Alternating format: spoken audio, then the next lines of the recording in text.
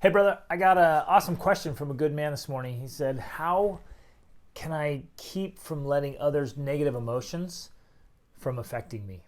Which is an awesome question because we're all interacting with people all the time. And if we're not careful, then if others are in a funk or they're grumpy or they're negative or pessimistic or they're complaining, man, it's easy to go into that and just follow wherever they're going. And it was an awesome question from a great dad with a big family. He's like, if my family gets in a funk, right? If they get grumpy, if they're off, how do I not allow that to affect me negatively? How can I keep going in my routines? And it was awesome because he was sharing how he's like, man, I let their kind of groove throw me off where I didn't want to work out and I didn't want to do my morning stuff and I just didn't feel like doing it. And of course, he went and he did it, right? And just did it anyways, whether you feel like it or not, which is awesome. But it's a really awesome question.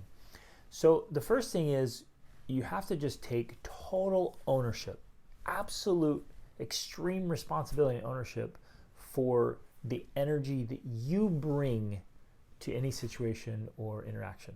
We have to own that. And so it's a fundamental philosophy of like, I'm responsible for how I feel. Other people do not control how you and I feel. We get to choose our emotions. Now, we're not numb, we're not robots, but we have the maturity and the self-development to be in charge of our emotions. So how do you do that actually? Because some days you'll wake up, right? And you'll be like, man, I don't even feel like being happy or jovial or being driven or motivated or inspired or being peaceful or calm.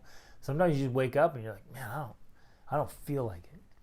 So number one is taking full ownership. Number two then is setting up systems and strategies, routines and rituals that help you nail that.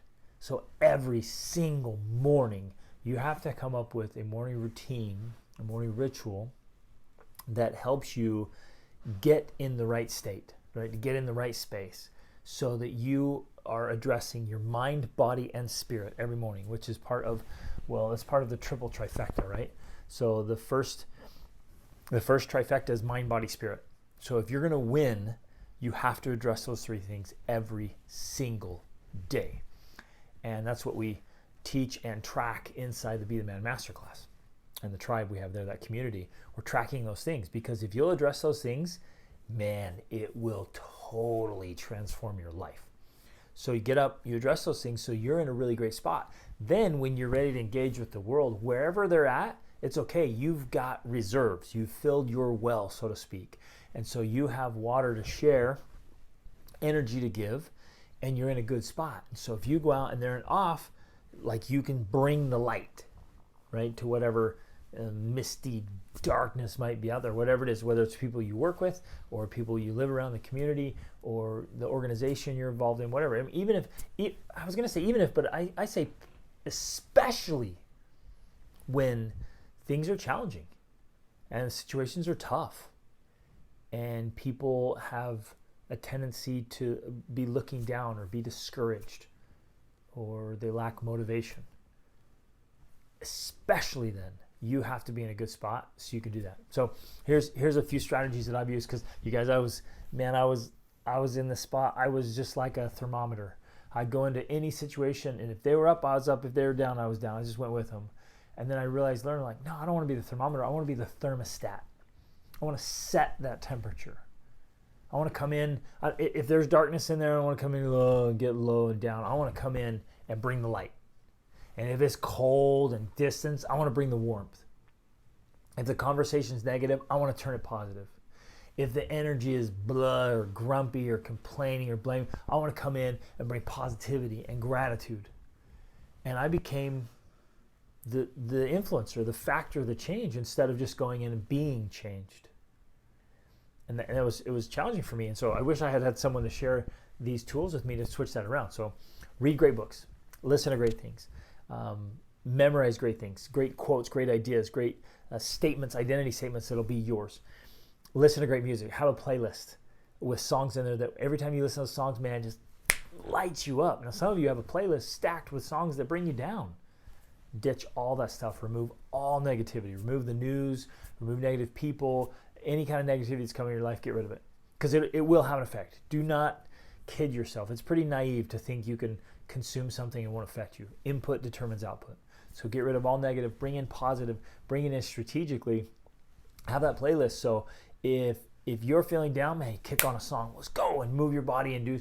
I mean, you can just bounce in place. You can just slap your chest, your abs, your legs. And I know it sounds silly and stupid, right? And you're like, hey, didn't you play? If you ever played sports or had competitions or performances, what did you do before it to get kind of pumped up? Well, why did we stop doing that? We did it because it works. And so if you've got to engage with your family and you're just giving them leftovers, or you got to engage with clients or coworkers and it's just down, man, get up, change it, change that state. So use a playlist, use your body, use psychology, use good input, listen to the great podcasts. Like I have 2 podcasts we do, the Extraordinary Family Life podcast and the Be the Man podcast. Listen to, or others, I mean, watch videos like this, like you're doing, which is fantastic.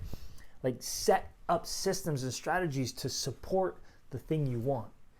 And then make sure when you go in, it's not like you're numb or you have this barrier, like you don't feel or you're keeping people at a distance. It's not that.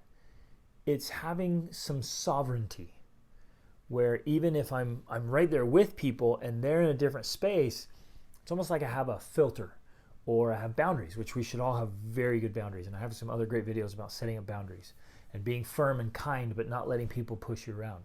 Same thing here.